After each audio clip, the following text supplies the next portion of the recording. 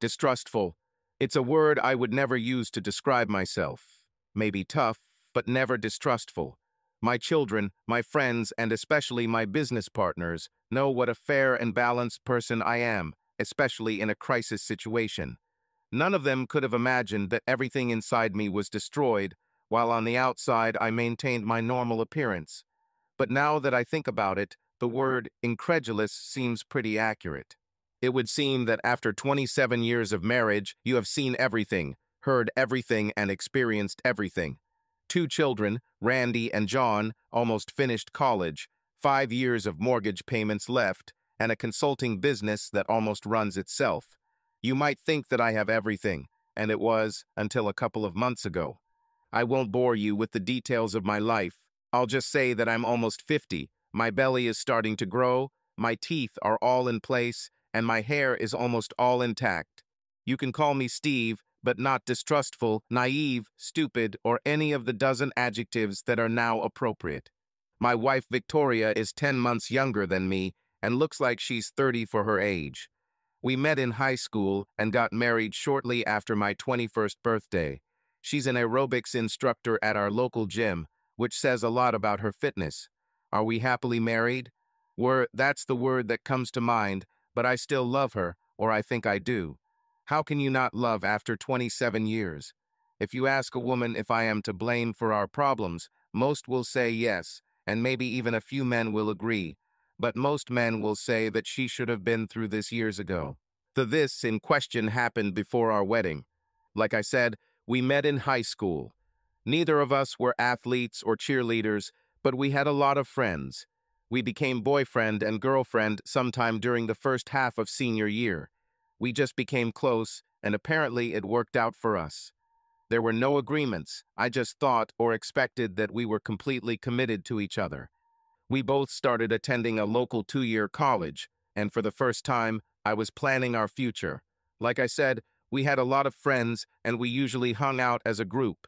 A math test was coming up, and I needed to maintain my GPA at 375 to keep your Bright Futures scholarship. It was Friday night, and I was begging to go out so I could spend the night and just make sure I was okay. I decided that if I put my mind to it, I could finish it or watch it on Saturday or Sunday. I think I knew this better than I thought, because just after 9 I was done and felt damn good.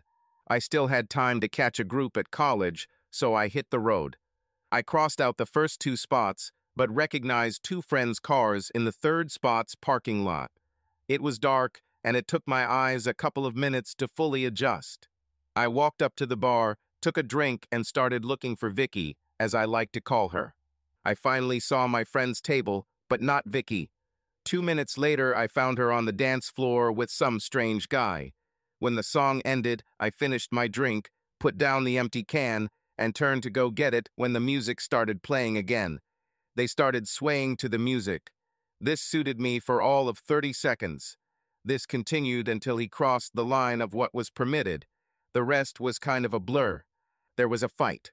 "Steve, what's your problem?" Vicky screamed at me as we all went outside. "I'm a big girl and I can take care of myself," was her curt response. "Well then, why didn't you care? And who the hell was this guy?" I screamed, perhaps too loudly. "We take psychology classes together and we're friends." "Vicky, friends don't sleep with another guy's girlfriend." I guess it wasn't the smartest thing to say because it turned into a full-blown argument. Things were said on both sides that shouldn't have been said, and she ended up throwing my ring at me, and I told her she could stick it up her ass while I was leaving. Then I did what every 20-year-old man would do if he got hurt. I found a man who bought me a case of beer and slept with the first girl who said yes to me. I spent Friday evening, most of Saturday and Sunday morning drunk. Well, sick would be a better word for it. The second worst thing about that weekend was that I didn't quite do well on the test on Monday and got a low B. Most of all, I was angry with myself. Rumors about my weekend reached Victoria, and she refused to even talk to me. She said we were done and that I should leave her alone. It took me a month before she even spoke to me, and that was after I had bribed all of her friends to plead my case. We met on neutral ground in the college student union. I begged, "Damn it, I begged for another chance. "Steve, you slept with Becky," she screamed at me. "I know, but would you believe that I don't even remember how it happened?" "A probable story," she threw back at me. "This is true. I don't remember much from Friday or Saturday night, and I'm still trying to forget Sunday morning, throwing up in the bathroom, Mom yelling at me," I said, trying to make her feel sorry for me. "I think I went a little crazy when I saw him touching you." "So now all of this is my fault?" she asked. "Listen, if his hands were where they were supposed to be, none of this would have happened. Steve, if you hadn't gone crazy and slept with Becky, we'd still be together." "Vicky, did you sleep with him?" She flushed at these words. "Unlike some, I have self-control," she shouted, standing up. "Well, your good friend says he did it. He tells everyone he beat me up and slept with my girlfriend." "You're lying," she said, sitting back down. We spent the next half hour hardly saying a word. I kept apologizing, and she finally stopped calling me an asshole. Vicky said that maybe she really shouldn't have allowed him too much, but that doesn't justify my actions.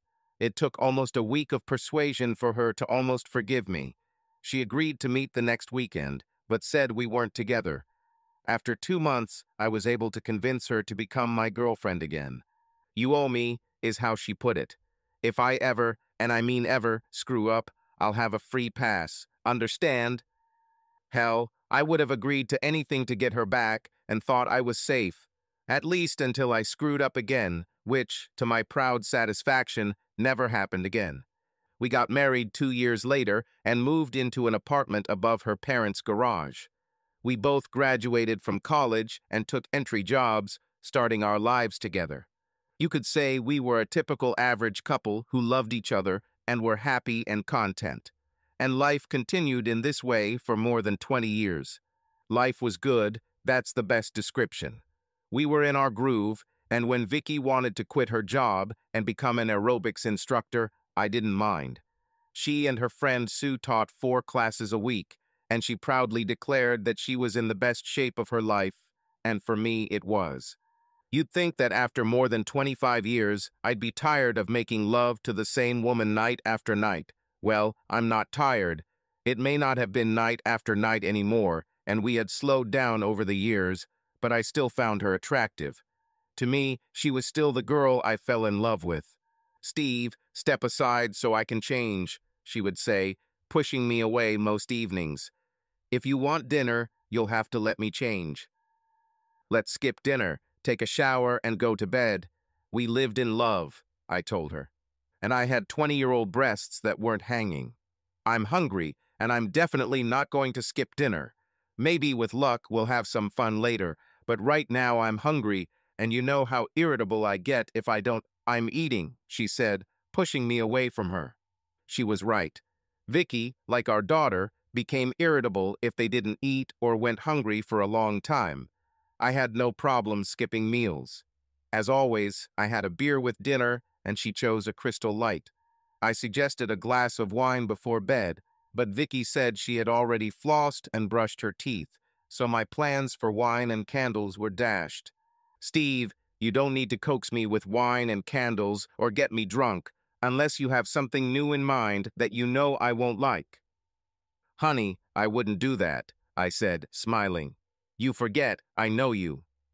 She was right. We knew each other too well. However, every now and then I did something that surprised even her. These cases have been rare lately, but I always tried to add a little variety. "I can't get rid of this fat on my sides. I'm thinking about liposuction to tighten them," she said, looking in the mirror. "Sue did this last year and was back in class 4 days later. Do you think I should do this?" "Honey, you're perfect," I said, patting the bed for her to sit next to me. "Steve, actually, might do a little lipo here and there and maybe tighten them up a little," she said, holding up her small breasts. "Love, no matter how many surgeries you have, you will never look like you're 20. To me, you're fantastic and the sexiest woman I've had in my bedroom this week." "Steve, I'm the only woman who's been in this bedroom in the last 20 years, she said, hands on her hips. "So much the better. Now get into that bed and I'll make you feel better." She did, and I tried my best to make her feel like the woman of my dreams. At my age, I was happy with what I had. I've known some guys who were lucky enough to get into bed once a week. Steve, Sue and I are going to Tampa next weekend for recertification, she said over dinner the other day. I'll try to get certified as a Pilates instructor, and Sue is looking at spinning. We're leaving Friday afternoon, and we'll probably be back late Sunday. It won't be cheap, but I have no choice. Do you want me to come with you? I asked, already knowing her answer. Do you want to sit around while we're in class this afternoon? Well, at least we could have dinner together. Steve, we'll probably have dinner with the rest of the group, but if you want to go, I'll be glad to. Let's see if it's a weekend for a bachelor or a couple of hours on the road to watch a crowd of beautiful instructors parading in their roles, I said, rubbing my chin. Will they be wearing underwear during class? At this point, Vicky threw her napkin at me, calling me an asshole. Have fun and see you on Sunday. I was hoping for a nice night on Wednesday or Thursday before she left, but I was busy on Wednesday, and she was still getting ready and running errands on Thursday. I frowned a little. She told me to get over it and that I would survive until she returned. Make sure to call me on Friday when you get there and contact me on the weekend. Don't worry, but I'll probably call early because I don't know when we'll be back tonight. Since we don't have to go anywhere, Sue wants to have a blast this weekend. I can imagine it now. A couple of middle-aged women trying to keep up with the young people, I said, but soon regretted it. What do you mean? Do you think I'm old and it's time for me to go get a stick? I can still have as much fun as anyone else, and don't forget about it, was the answer given to me in a rather harsh manner. She called me before they left on Friday and right after they arrived and got settled. The hotel was right across from the convention center, and she said there were a lot of people there, and she was really glad they went. I'll call you on Saturday during the day. If I don't get through, I'll leave a message. I love you. That's how we ended the conversation. Now, what should I do until Sunday evening? I occupied myself with work on Friday night and made plans to have dinner with Tim, Sue's husband, on Saturday night. We shouldn't both be sitting at home while our wives are having fun, I thought. We ate dinner at Hooters and even stopped at another bar before calling it that night around 11. The voicemail at home had a message from Vicky saying she would call on the Sunday before she left. I didn't sleep well on Saturday night. Sleeping alone in our big bed with no one around felt strange. More than once I reached out my hand expecting to find Vicky, but found only emptiness. At least she'll be around tomorrow. I fell asleep with a smile on my face. I didn't hear from Vicky until almost 4 in the afternoon. We're on our way. See you in a couple of hours. Love you, was all she said. I was going to ask how she liked it, but decided it could be discussed when she got back. I pulled out a couple of steaks, peeled 2 white potatoes, and mixed up a salad while I kept an eye on the time. The potatoes were already in the oven, the table was set, and I had just taken the salad out of the refrigerator when Vicky came in. She came over, kissed me, and told me she was going to unpack, take a quick shower, and would be ready in about 20 minutes. Ideally, this was just enough time to get the steaks on the grill while the potatoes were done. I took out a bottle of wine, opened it, and poured a glass for everyone. I had my first glass while I was busy with the steaks and had just finished setting the table when Vicky returned. Everything looks great, she said, sitting down and taking a sip of wine and helping herself to a salad. She said she was recertified in aerobics and Pilates, but Sue ultimately decided not to take up spinning. She said they were on the move all day, attending lectures or practical classes. Looks like you had a good time. Did you close the bars on Friday and Saturday night? Sue, yes, but not me, she said, looking at me as she ate her steak. Were you too tired? No, I was just doing other things, she said, taking another glass of wine. We spent the next 2 hours talking about how she spent her time and finally what I did all weekend, including my dinner at Hooters. It was almost 9:30 in the evening when we went upstairs to bed. I took a quick shower to wash away the barbecue smell and was just finishing brushing my teeth when I noticed Vicky was already in bed. Today I'll be lucky, I thought, accelerating. I didn't even bother putting on my boxers because they always come off right away. Steve, we need to talk for a minute, she said, sitting up in bed. Now, I exclaimed. Can't it wait until we're done? We need to do this now, she said, looking at me. Okay, hurry up. This hasn't happened for a long time, and I don't want to lose the mood, I said, smiling at her, but she didn't smile back. I used my free pass this weekend, she said, waiting for my answer. Honey, I don't care what you bought. Let's finish this, and then we can talk about your shopping. Steve, I used my clear path. Can you hear me? Free passage? What free passage? Vicky, I don't understand. What kind of free passage are you talking about? I said, still not understanding what she was talking about. You gave it to me 27 years ago.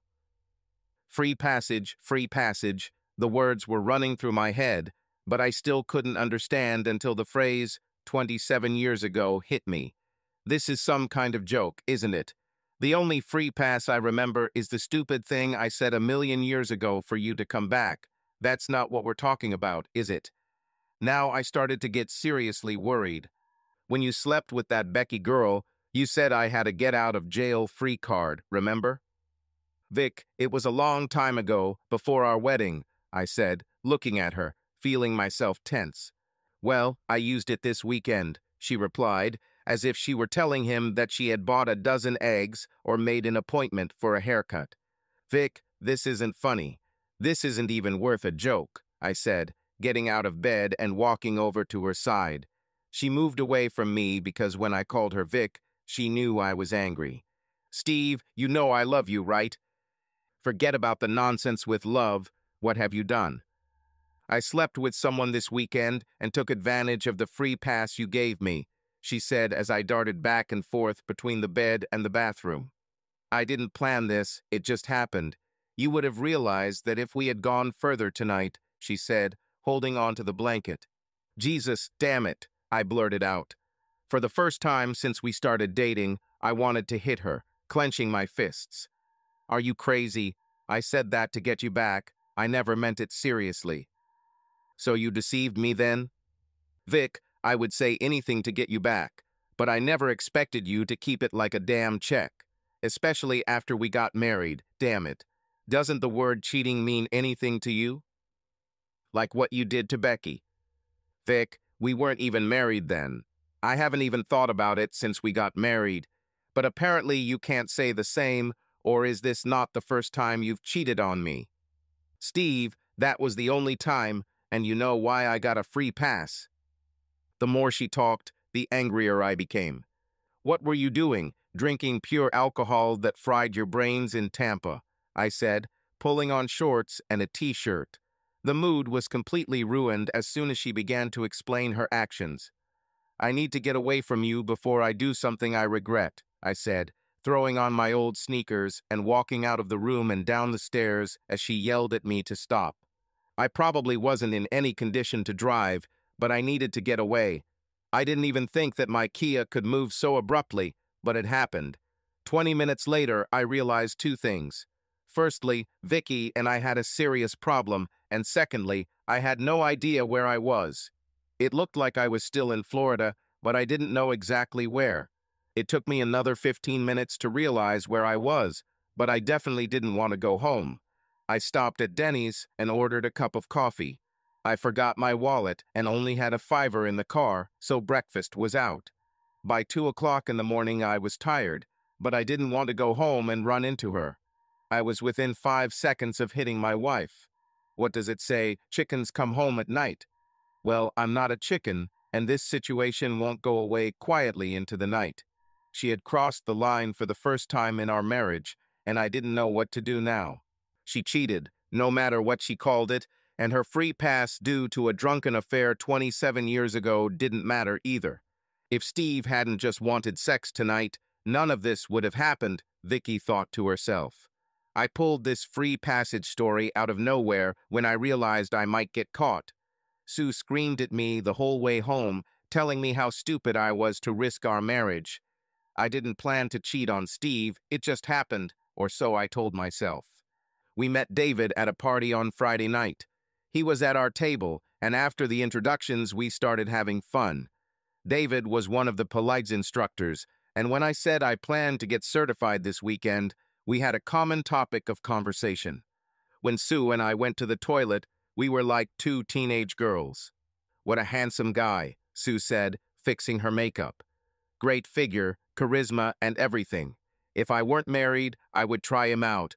You know what they say about black guys," she laughed. Everyone had a great time on Friday night. Alcohol flowed like a river. We danced and got to know each other better. David guessed we were both around 32, and I said he was pretty close while Sue rolled her eyes. He said he had just turned 29 and was single. We both wore wedding rings, so he knew we were married, but he didn't make a big deal out of it. We probably had too much to drink, and I made a bet with Sue that I could get him interested. "I bet you $5 that I can get him interested without even touching him," I told her. She accepted the bet, and I got down to business. We had a couple more drinks, and I continued to flirt with him relentlessly. When he asked me for another dance, I winked at Sue as he pulled me onto the dance floor.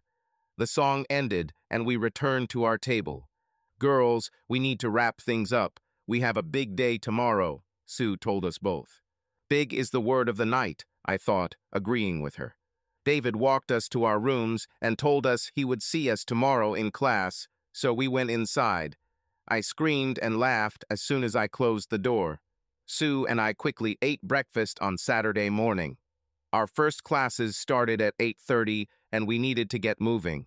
We joked with each other about the previous evening, but in the morning it was time to return to reality.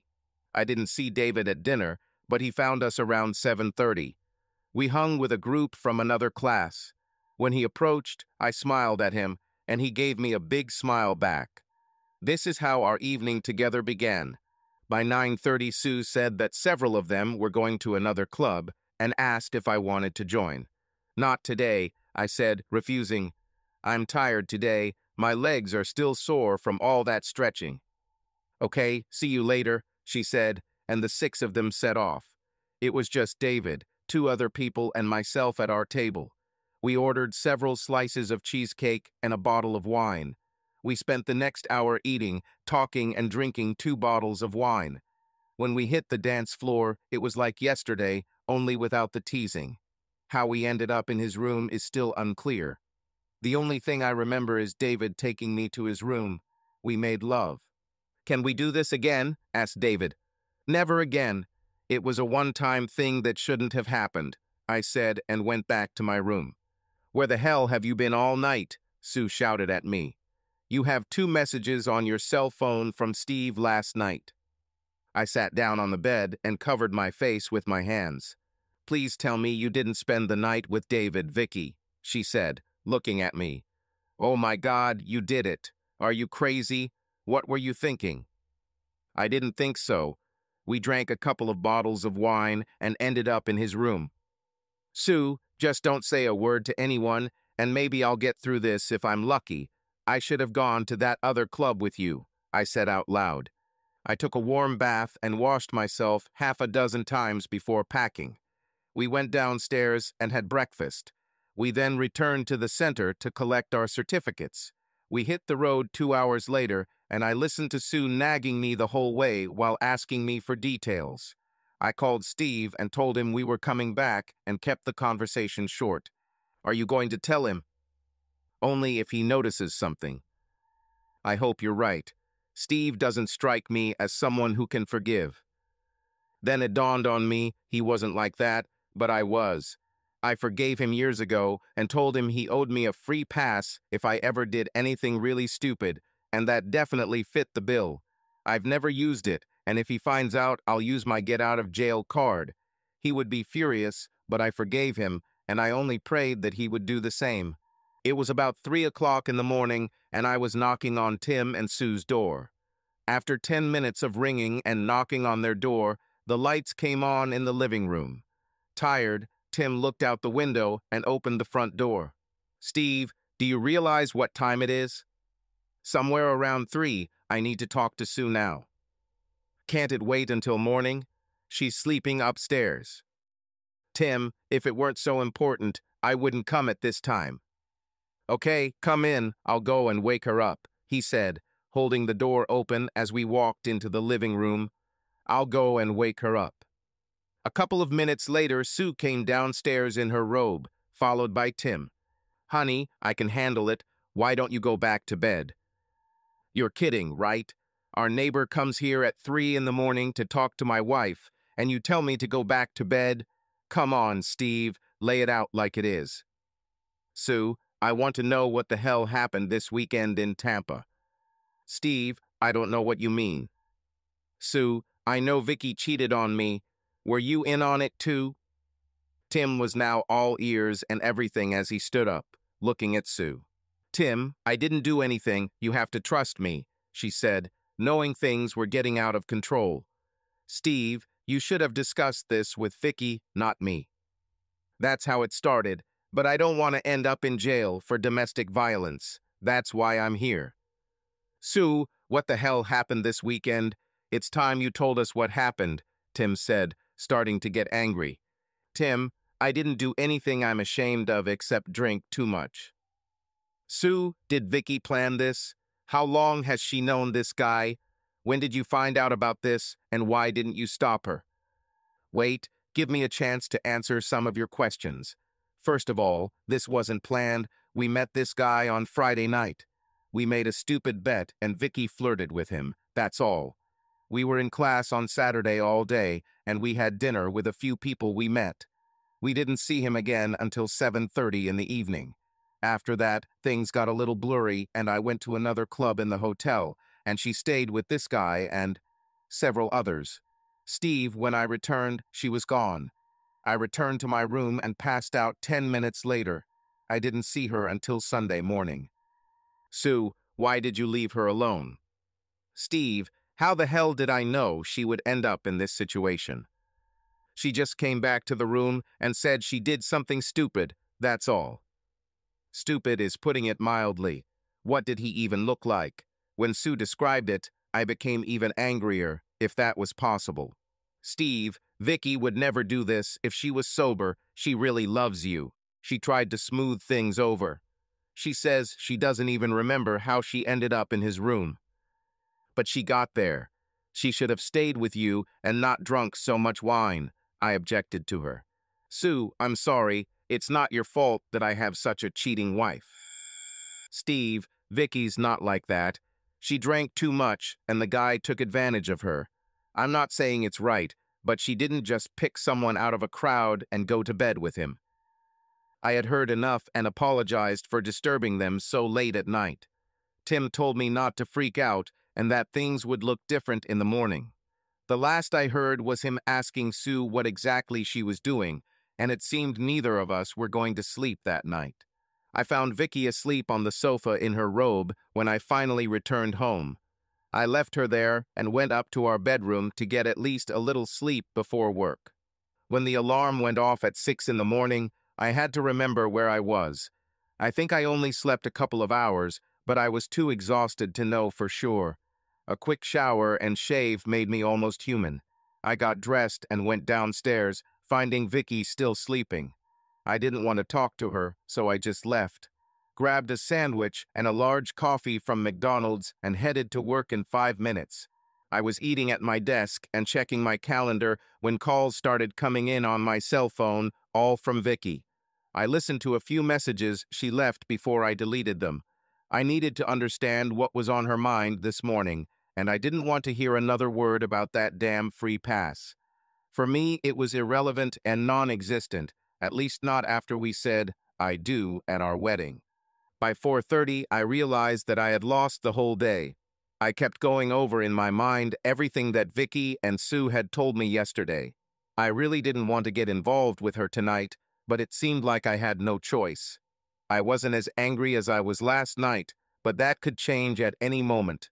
The horns of the cars behind me told me that I was still distracted because I was driving 25 miles per hour in a 40-mile-per-hour zone. When I turned onto our street, I regretted that I hadn't driven longer, but I couldn't put it off any longer. I had to deal with it. Vicky was waiting for me when I entered the kitchen from the garage. She didn't rush towards me, she just sat at the table, looking at me. I know that Sue probably called her in the morning, and since I didn't call her back, she had no idea about my mood. I put down my briefcase, took a beer from the refrigerator, and sat down at the table opposite her. I said nothing. He took a long sip from the can, placed it on the table, and looked at her. I waited for her to start. "Steve, I'm so sorry. If I could undo everything that happened this weekend, I would," she said, waiting for me to say something. I drank too much and didn't know what I was doing or with whom. By Sunday morning, I realized what had happened and rushed to my room. I don't remember much after Sue left. We just finished a couple of bottles of wine. I phrased the next couple of questions very carefully. "Why didn't you go with Sue and she told me about your stupid game on Friday night? If I were him, I would think that you were flirting with me and that you didn't care that you were married." "Steve, it was just a kid's joke. We were exchanging compliments, and he was making me feel better by saying he thought I was 32. I just wanted to see if I could still get a man's attention. I wasn't planning on having sex with him. I just wanted to see if I could interest him, that's all." "Well, apparently it worked," I said ironically. "Steve, it wasn't like I egged him on Saturday. You can ask Sue. She was there." "Only until she left and you went up to his room," I said through clenched teeth. Vicky started crying and kept saying she was sorry, but I was too angry for it to matter at that moment. I didn't know how it would all end, but now I didn't even want to look at her. We cooked something for dinner, but neither of us was particularly hungry. I had already had 2 beers before dinner and was having a hard time stopping there. I wanted the numbness that alcohol gives, but it didn't solve our problem, and I didn't know what else could be done. When we went to bed, Vicky tried to cover herself with a blanket. When she lay down in bed, she tried to kiss me, but I pulled away. We lived in the same house and spoke only when absolutely necessary. It didn't even feel like a brother-sister relationship, because even siblings talk. It didn't get any better, it just got worse. On Thursday, I returned home to find Vicky quite drunk. From the empty bottle on the table, I realized that she had started drinking a long time ago. She was still wearing her leggings from her aerobics class and hung a towel around her neck. "Would you like a drink?" she asked, downing the rest of her glass before moving on to the bottle she had just opened. She poured half a glass and leaned back into her chair. I said, "Would you like a drink?" Now she said it with a slip. "I think you've already drunk for both of us," I said, setting my briefcase on the table and waiting for her to fall from her chair. "As you wish," she replied, drinking half the glass. "You'll get sick and throw up everything. So what do you care about? Why don't you be a good little husband and make us something to eat? I don't think I can stand, and I don't think I should be near a fire right now. Maybe. I'll burp and set the house on fire," she said, now laughing. "I hate stupid drunks," I muttered to myself as I went upstairs to change out of my work clothes. I didn't even notice that Vicky was somehow able to follow me upstairs. As I stood there in shorts, she appeared at the door. Wow, haven't seen this in a long time," she said, starting to laugh as if it was the best joke. "Want to have some fun, big boy?" She continued to laugh. "So, are we going to have sex or not?" I muttered something about drunk and stupid women. "What happened? Lack of courage." She provoked me when I pulled on my shorts. "Why don't you sober up? You're awfully drunk," I said, walking past her. "It didn't seem like it to David," she retorted. "Shut the fuck up." "What happened? Are you still offended by your wounded pride, little man?" she mocked, leaning against the wall. "Do you want to know all the sordid details of that night? I don't remember much, but I can guess what happened," she said, downing the rest of her drink. "Now let's see where I heard those exact words. Oh yeah, the night you slept with Becky, remember? Oh, but the truth is, you don't remember either. It's a shame. We could swap stories about what happened," she said, throwing her glass at the wall where it broke. "But I think you forgot about that day off, but I didn't." Vicky went into the guest bedroom and slammed the door. "Vicky, open the damn door," I shouted, but she didn't answer. I knocked on the door, but she screamed through the door for me to leave her alone. So I did what any mature adult does. I got drunk. Well, actually no, but I did drink 4 beers. I never saw Vicky until I went to work the next morning. The bedroom door was still locked, and I thought she had gotten some sleep from the night before. I've never seen her this drunk in the last 20-odd years, but over the past few months, we've both started drinking more and more. Nothing was decided. Hell, we even stopped talking to each other and sleeping in the same room. Our kids noticed what was going on, and more than once I heard her on the phone yelling at Randy or John to stay out of her business. "Steve, I thought you should know that Vicky got fired at the gym today. She showed up drunk again and got fired," Sue said when she called me at work. "Vicky seems to have lost a lot of weight, and she looked terrible this morning. Have you resolved your problems yet? Problems cannot be solved unless we talk, and we haven't been doing that much lately," I answered her. "Every time we start, one of us gets angry and we end up fighting. Things are not going well for us right now. I wouldn't want you to get divorced because of a stupid drunken mistake. If we can help, call," she said. I thanked her and hung up. As always, when I got home this evening, Vicky was drunk as hell. "I quit my job today," she said, spinning her glass on the table and not even looking at me. "You mean you got fired today for drinking at the gym?" was my response. "I was fired, I left, it doesn't matter. Don't worry, I'll find something else. I can always work behind the bar, I'm already pretty good at it," she said, laughing. "Can't you stay sober for just one night?" "What for? It makes me feel good, like I don't have any worries. What could be better?" "How about a normal marriage? Do you still remember what it is, or should I remind you how it was?" "Yes, that's what we had between Becky and the black snake," she muttered, before lowering her head to the table. After that, she didn't move. I don't know if she fell asleep or lost consciousness. Finally, I picked her up, carried her upstairs, and laid her on our bed. Then I went downstairs and poured all the alcohol we had in the house down the sink. "Everything ends tonight," I told myself. "Either we improve our relationship or it's all over. I'm no longer in the mood to raise a baby." It was a little after 9 in the morning when I finally woke up, still wearing the clothes I had worn the day before. I didn't even remember going to bed in my bed. My head was pounding and my stomach was cramping. Luckily, I didn't eat yesterday, so I didn't have anything to throw up. My shirt stank of sweat and alcohol. I got out of bed, took off my clothes, and got into the shower. The water did not immediately begin to revive me. Like every day at this time, I told myself that I would no longer drink and somehow improve my life. "I look like crap," I told myself, looking in the mirror. I thought about getting on the scale, but decided I didn't want to know how much weight I'd lost. My clothes were now hanging on me, but that was my least problem. Like yesterday, the day before yesterday, and the day before, I had nothing to do today. I was finally fired from the gym because I either showed up drunk or didn't show up at all. I didn't blame them. I blamed myself. I did one stupid thing after another, and they all merged into one whole. I wanted to stop. I really wanted to, but I just didn't know where to even start. My marriage, what was left of it, was in serious trouble, and my life was complete nonsense. I went downstairs and found Steve at the kitchen table reading the newspaper. I didn't want to face him. I didn't know what to tell him, and sobriety only made the pain worse. "The coffee is ready, and there are pancakes in the pan. I put them on low heat so they're still warm," he said, holding out the second cup and glancing at the headlines. Vicky had lost at least 10 pounds, and her face was beginning to take on a gaunt look.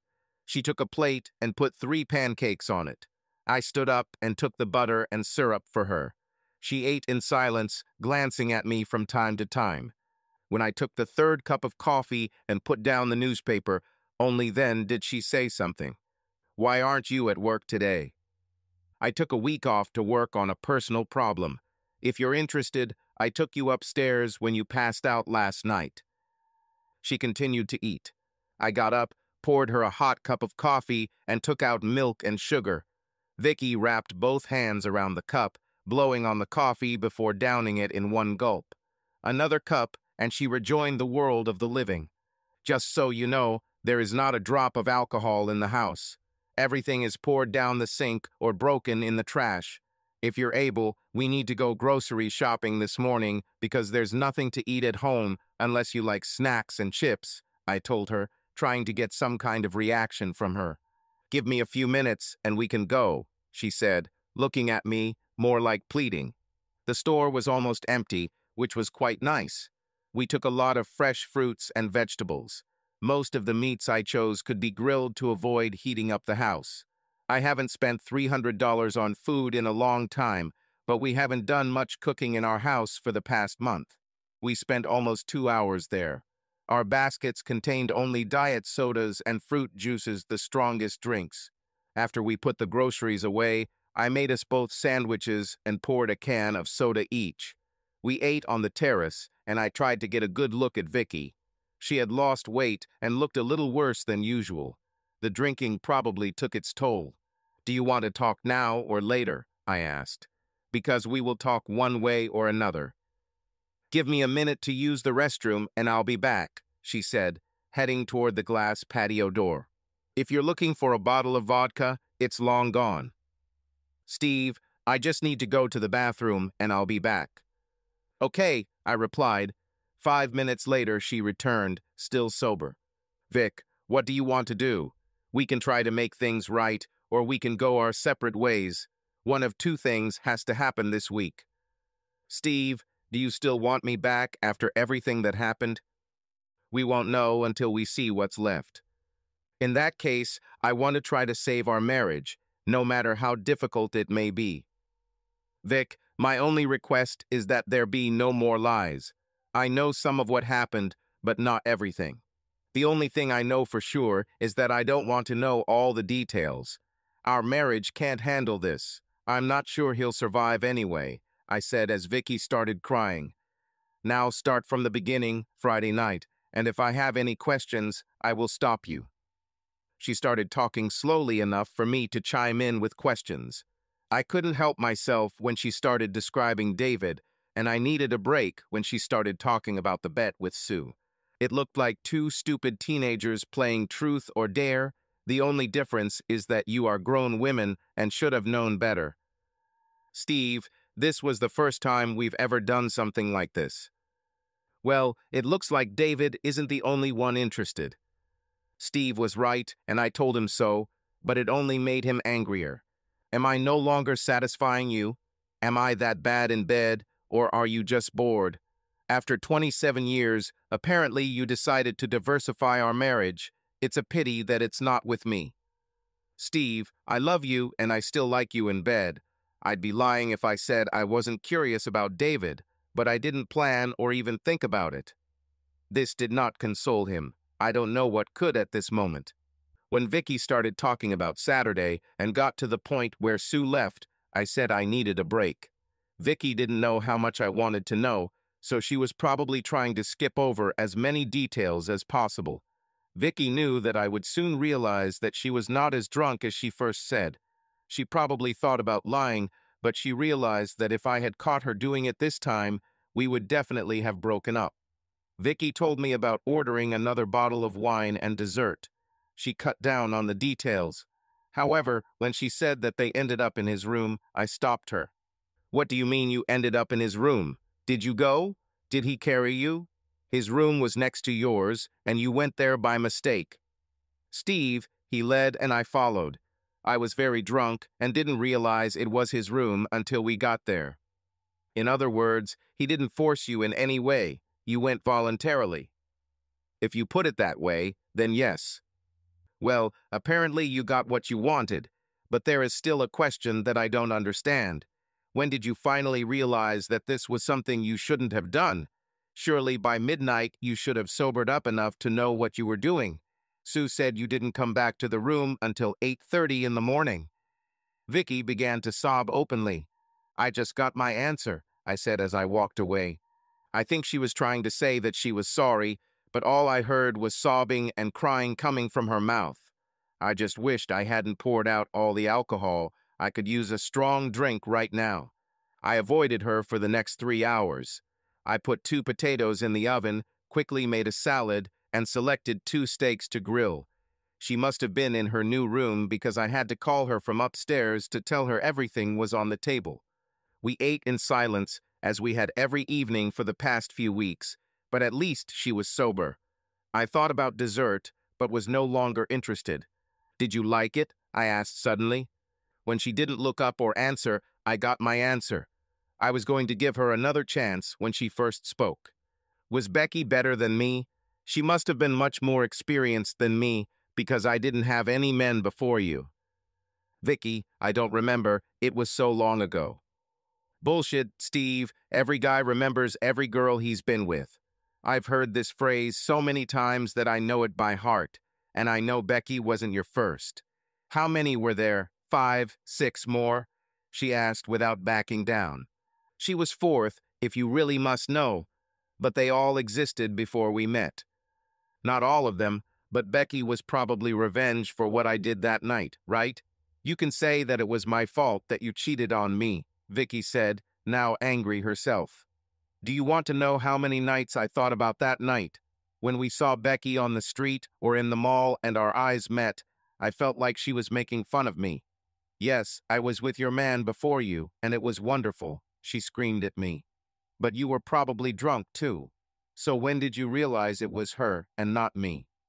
Vicky, we weren't married yet." "And that made it right? Was it okay to cheat on me because we weren't married yet? And probably, after what? 3 months later, I forgave you, we made peace, and everything became the same as before. I forgave your stupid mistake, but I never forgot. So the question is, how many more months are you going to make me pay? 1, 2, never. That's what we're talking about now." She was right. While I didn't agree with her logic, it all came down to what we were going to do in the future. "I'm too tired to think or talk anymore," Vicky said, standing up and heading towards the stairs. "I won't ask to share your bed tonight because, frankly, I don't want to. We may or may not talk tomorrow, but like you, I can't go on like this anymore." There was no love or any other emotion in her voice, only fatigue and disappointment. I watched her walk up the stairs and disappear into the hallway. I sat in the chair for another 2 hours, contemplating my options. I came up with 4, discarded 3, and came up with 2 more. Revenge in the form of betrayal was not an option, and temporary separation would only delay the inevitable. I lay down in bed with my head spinning. When I got up, Vicky was no longer in the house. Her car was gone, and she left no notes. She returned just before 9, and when she walked through the door, I knew immediately where she was. Leggings were clearly a sign. I attended Sue's morning aerobics class. It gave me the opportunity to clear my head and focus on something other than our problems. She said hi. She was walking towards the stairs when I asked if she wanted breakfast. "I'm not hungry, but a cup of coffee would be nice." I made coffee and took out 2 bagels. She could do with gaining a few extra pounds. After about 45 minutes, she finally came down. I had already drunk 1 cup of coffee, but waited for it before continuing.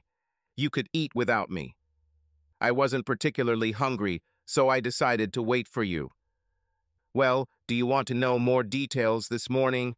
Do you want to know how many times we did this, or what it was like? Or maybe the great question is, was he better than you? Whatever you want to know, I'll tell you, you just have to ask," she said, putting the bagel in the toaster and crossing her arms, almost challenging me. "You already told me that he was better, and that he fulfilled every damn fantasy you had," I replied in the same tone. "Steve, we had sex. We didn't make love, he used me and left. End of story. Did I enjoy it? Yes. Hell yes. Was he better than you? Actually, no, it's just different. And finally, would I do it again? No way in this life," she said, looking me straight in the eyes.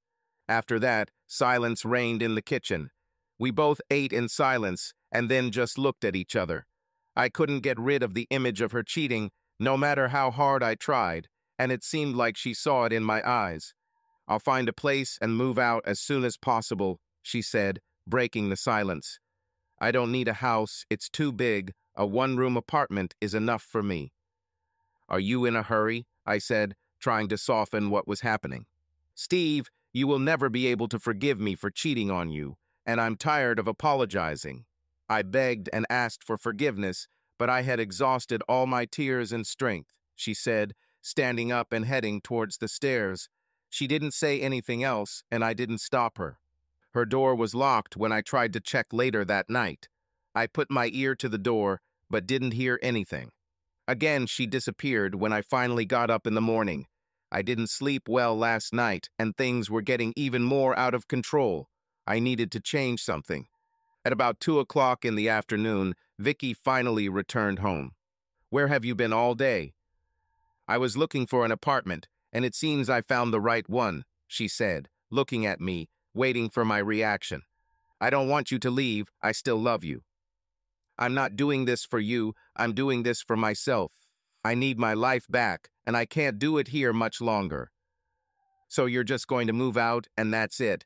Throw away 27 years? You threw it away, not me." She didn't say a word, just looked at me with an angry look.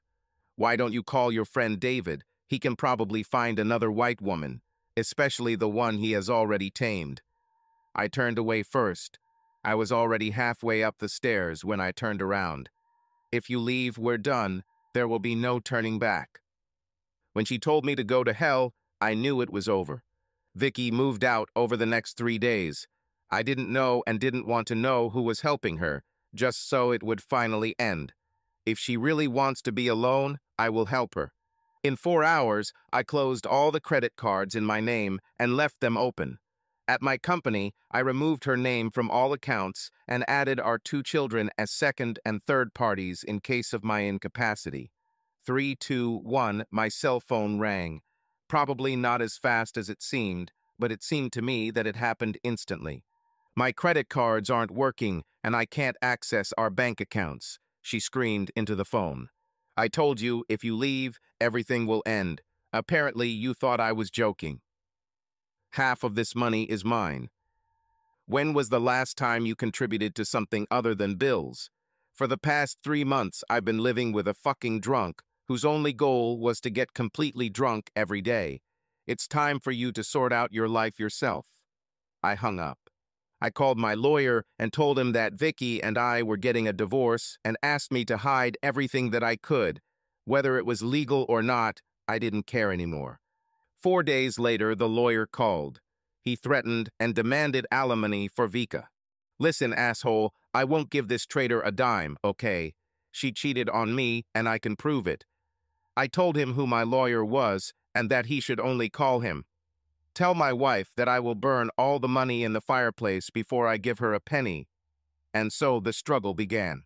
My children tried to intervene, but we were both at each other's throats and did not listen to anyone. In the end, they told us both that when we were done, we should call them, but until then, not. I had no idea what Vicky lived on. She probably maxed out her credit card and maybe got some money from her parents. When her father came into my work and scolded me, I told him a little story. When he left, I was still a scoundrel, but at least he understood why. Both Tim and Sue tried to talk to us, but I felt that if Sue had kept a better eye on Vicky, we might not have gone through this mess. I felt sorry for Tim. He was in the middle of all this. We'd have a drink sometimes, and I'd try to check with him to see how Vicky was doing, but he said he hadn't seen her, although Sue came by to check on her every couple of days. "When was the last time you actually talked to Vicky?" he asked one evening when we were drinking several glasses. "The day before she moved out. I was ready to try again, but when she said she was leaving, all bets were off. Tim, I told her if she left we were done. She told me to go to hell, and that ended it. I know she still loves you, but you both are making the gap so wide that you may not be able to cross it in the near future." "Tim, it's already too wide. Do you know what's the funniest thing? She blames me for our breakup. She said she did it because I cheated on her 2 years before our wedding. Will you believe it?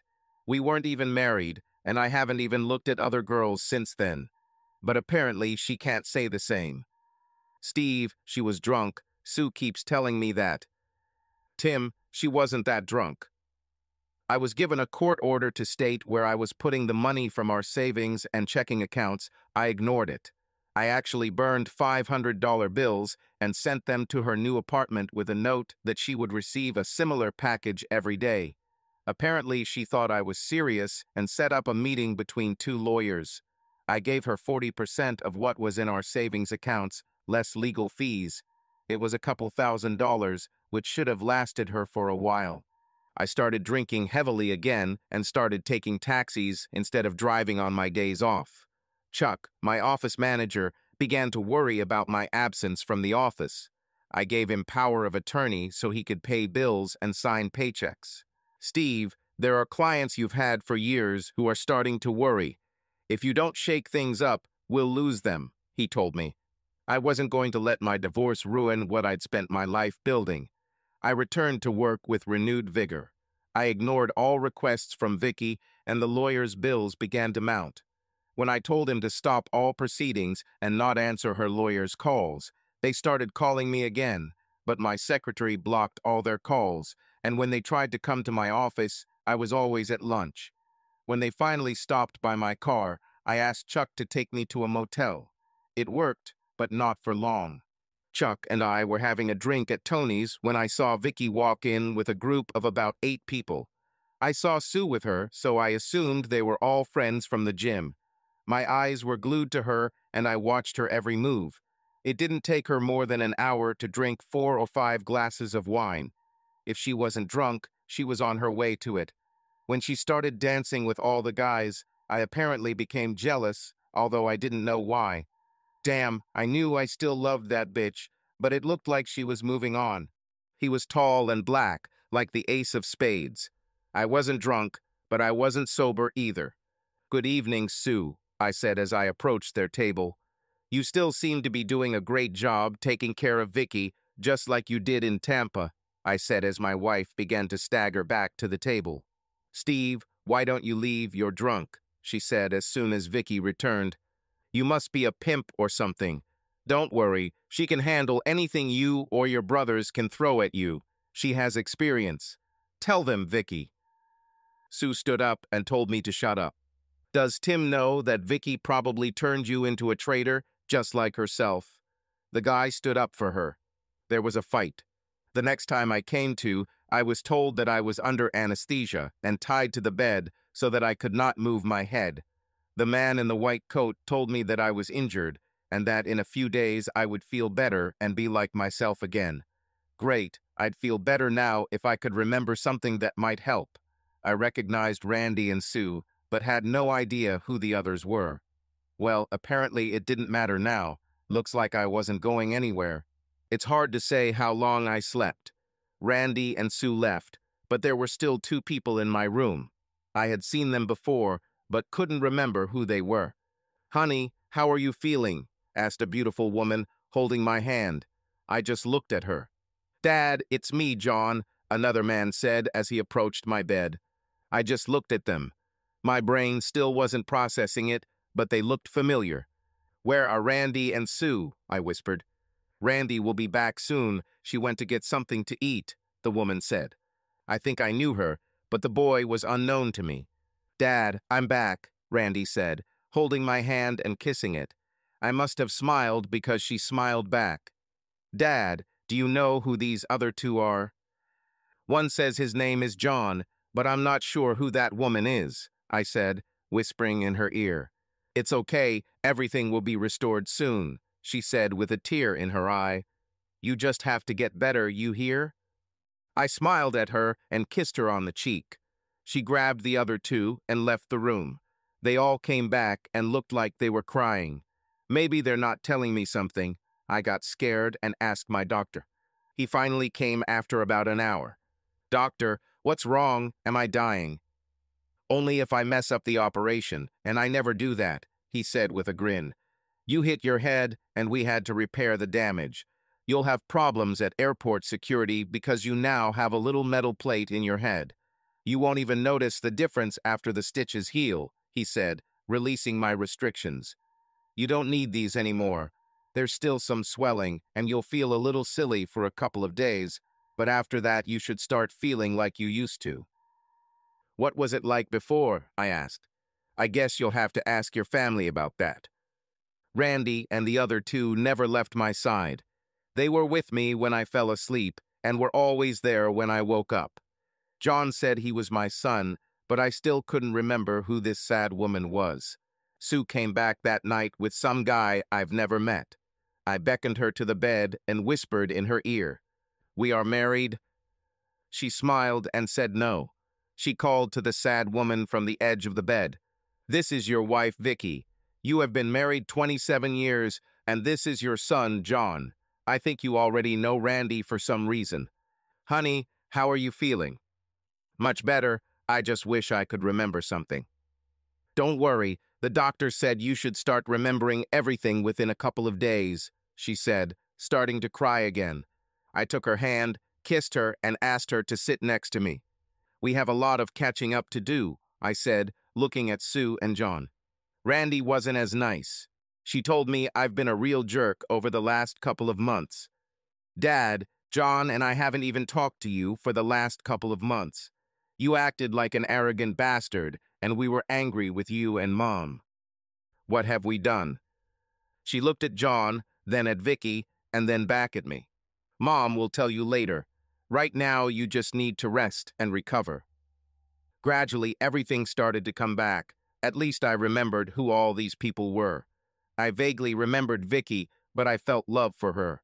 John was simpler, especially after our conversations, and I began to remember things we had done together in the past. The first time I kissed Vicky, she backed off a little. "Don't worry, honey, I won't break," I told her. She smiled, and I started to feel better, much better. When everyone started leaving around 9 o'clock in the evening, I asked Vicky to stay. She sat on the chair next to my bed and waited for everyone to leave. "I heard I've been a jerk to you these past months, and if that's the case, then I'm sorry," I said, kissing her as she reciprocated. "How can you be angry with such a beautiful woman who never left my side? 27 years? She nodded in response. "Wow, did we get married at 12? You're still a very attractive mommy," I said, pulling her onto the bed with me. "Steve, you could hurt yourself," she said, trying to pull away. "I want my wife to be with me in this bed. I don't care if it's a hospital bed, wherever I am, you should be with me." I didn't understand why she cried again. "I love you, Steve, you have to believe it," was all she repeated. A week later, I was discharged, and we headed home. I was as excited as a child with a new bike. Everything seemed new and exciting. The real food was delicious, and my parents came to visit every day. I knew my father right away, but another week passed before I remembered my mother. We had sex most nights. Sue came over every other evening or so to check on me and chat with Vicky. Finally, I realized that she was Vicky's best friend, and her husband Tim was mine. My office manager told all my clients about my accident, and that I would likely be back at work in about 3 weeks on a part-time basis. Things started going great when I started remembering things that were bothering me. One evening after a great session, well for me anyway, I asked Vicky about it. "Steve, we had some problems before your accident, and we were trying to solve them." "Is that why Randy said I was an asshole?" "We both were," she replied. "Well, it couldn't be that big of a deal. We're still together." "Yes, isn't it?" Vicky said, kissing me again. I was drinking coffee in the kitchen when the phrase "big boy" came into my head again. It was like rewinding a CD as things started coming back into my head. Bits and pieces, hundreds of pieces and pieces filled my brain. I must have been staring into space when Vicky entered the room. "Steve, are you okay?" "Yeah, I'm just thinking about what to do with you today." "Well, Sue and I are going shopping, and you can come if you want." "Let's see. Go shopping with 2 women or call Tim and go on vacation with him." Vicky looked at me and said she would invite Tim to come over. By the time Tim arrived, I had already collected a lot. "I'll be ready in a minute," I said, grabbing my baseball cap and wallet. "Where do you think you're going?" "We, my friend, are going to have a drink and have a long talk." The beer was cold, and the first beer ran out very quickly. "I missed it," I told Tim, turning my chair to face him. "It's time for you to fill in the blanks. I remembered most of it in the last 2 days, but I still have questions," I said, seeing him become a little uncomfortable. Are you sure you want to do this? I have no choice. I want my old life back. I told him what I remembered, and he filled in the remaining gaps. Do you remember about Vicky? Tim asked, uncertainty. What did she cheat on that weekend and move out of the house? Yes, I remember all this. She has been my wife more recently than in the last 5 years of our marriage. What are you going to do now? Nothing. How is this nothing? Won't Vicky suspect that you got your memory back? Not if I play dumb. I want to see how this all works out between us. I'll give her hints sometimes to keep her on her toes, and eventually I'll tell her. So you're not going to divorce her? Are you crazy? I love this woman. I have serious problems with what she did, and we still have to discuss it, but I'm not going to let her go unless my plan fails. Steve, you're still an asshole. I know, but I'm going to have the best sex of my marriage in the next couple of months, I said, finishing my second drink and ordering a third.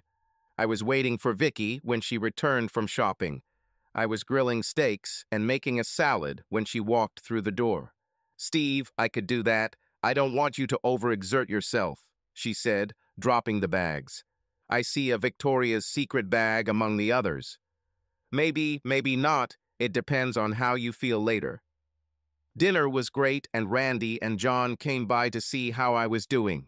I told them that the old man was going to live and that they should worry about the school and not about me. Besides, I announced that we had a date tonight and it was time for them to leave. Dad, I don't need to know that much about this, Randy said, winking at her mom before walking away. I dropped hints from time to time and was now working full-time. I don't know what came over him in the last 2 months. He wants to do it every night and says he remembers us doing sexy things that we never did, she said, blushing. Vicky, the main thing is, are you happy? Yes, it's crazy, but what will happen when he remembers everything? I can't lose him again. Let's not worry about it until it happens, okay? At 11 in the evening, I announced that it was time for Vicky and me to go home. She has become such a beast. Sometimes I feel like I can't keep up with her. Maybe I should find her a lover to help me, I said, laughing. Nobody else laughed. What? It was a joke. I would never have shared my Vicky. With that, we left. When did you regain all your memory? She asked when we woke up. A couple of months ago, I replied. Who else knows? Just Chuck and Tim. Can I ask why you didn't let me know? I thought you'd figure it out when I started dropping hints, but you didn't say anything. Well, the $10,000 question is, where do we stand now? I'm still here, aren't I? I'm not happy with what happened in Tampa, but it's not a reason for divorce for me, and I never want to hear the words free passage again. We kissed before heading into the shower. I had to fend off the men with a stick, and Tim asked why Sue didn't wear those outfits for him, winking at me. She did it 3 weeks later and looked amazing. We were still working on trust issues, but we were making progress. We were both working on it now, unlike before. Subscribe to our channel so that your second chaff doesn't cheat on you, and go ahead and listen to the next story, because this story is nothing compared to the next one. If you're under 18, don't even think about listening to the next one.